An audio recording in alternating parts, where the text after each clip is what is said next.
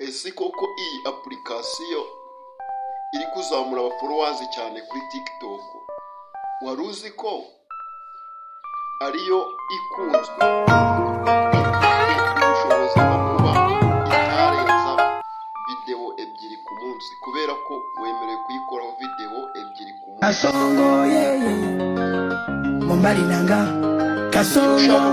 Iyo application ngo nawe uzamura abaforowazi, niyo application ikora cya gihe ubona umuntu ayambirana na Yesu,